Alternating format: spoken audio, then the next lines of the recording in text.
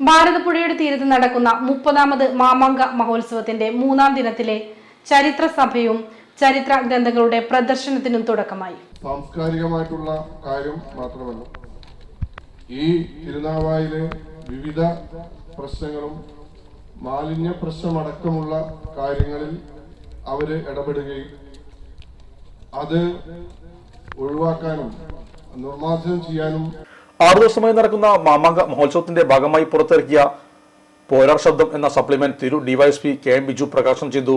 ചരിത്രസഭയുടെ ഉദ്ഘാടനം ശങ്കരാചാര്യ സർവകലാശാല Tirunavaya campus director doctor M Moosa നിർവഹിച്ചു. ചരിത്രകാരൻ ഡോക്ടർ എസ് രാജേന്ദ്രു മുഖ്യ പ്രഭാഷണം നടത്തി.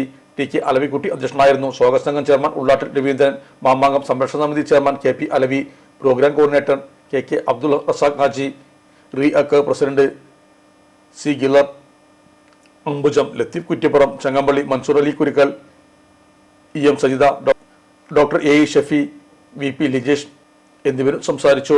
നമ്മുടെ സംതൃപ്തിയേക്കാൾ വിലപ്പെട്ടതാണ് നമുക്ക് വേണ്ടപ്പെട്ടവരുടെ സന്തോഷം. പരിശുദ്ധമായവ ഹൃദയപൂർവ്വം സമ്മാനിക്കുമ്പോൾ നമ്മുടെ സന്തോഷവും ഇരട്ടിയാകും.